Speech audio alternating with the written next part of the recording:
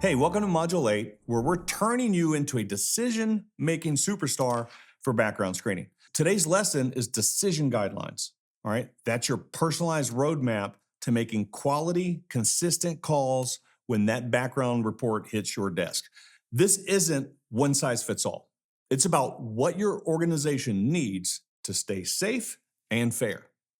So we're going to break it down and make you the pro who builds a decision matrix that's unique as your mission. All right, here's the truth. Reviewing background reports is where you earn your hero cape. All right, you've built a awesome screen, counties, statewide aliases, all that's good stuff. You know what you're doing. Now you've got a report with a hit. What's next? You need a decision matrix tailored to your company. But here's my big belief, and this is backed by a lot of expertise and a lot of time in the industry. Your guidelines should spark a conversation, not an automatic no to the applicant. Sure, some charges, like a recent violent felony, are just too risky, but most, they deserve a deeper look. And here's the kicker. Those decisions are deeply personal, a nonprofit to your business rather.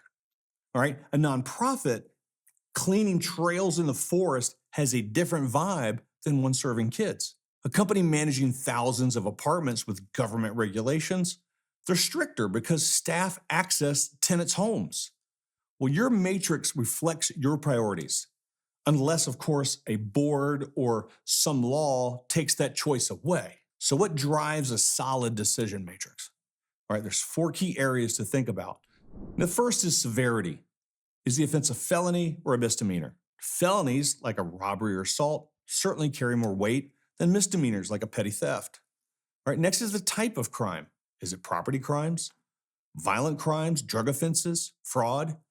Each really hits differently. Next is a job type. A theft conviction is a deal breaker for a cashier potentially, but maybe less so for a groundskeeper.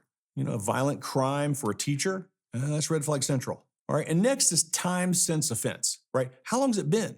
A DUI from last year, of course, is riskier than one from 15 years ago. Time actually matters. So don't auto-cut someone, all right, unless it's mandated. These factors, per the EEOC's 2012 guidance, keep decision-making fair and compliant. But you can customize them also by job type, or even location. A recent chat I had with an apartment management company showed me their strict policy. Staff with apartment access face tough rules due to government funding and tenant safety risk, period.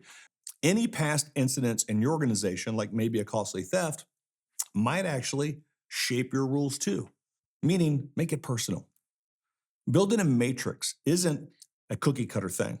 Most companies wing it, all right? Panicking over misdemeanors without a plan. Your matrix should guide you, not dictate you. Recent drug felony for a pediatric nurse, that's probably a no.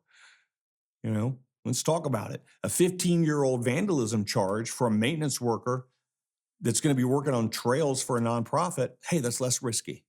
But you can dig in and ask questions, and don't set absolute bans, like no felonies ever, unless laws like for childcare banking force it. If you're in a regulated industry, like that apartment company, with staff entering homes, your matrix might be strict to avoid tenant risk. Past incidents like $100,000 fraud might make you tougher on financial crimes because of your own history there. In Module 14, our SOAR process will share a sample decision guide to help you craft yours.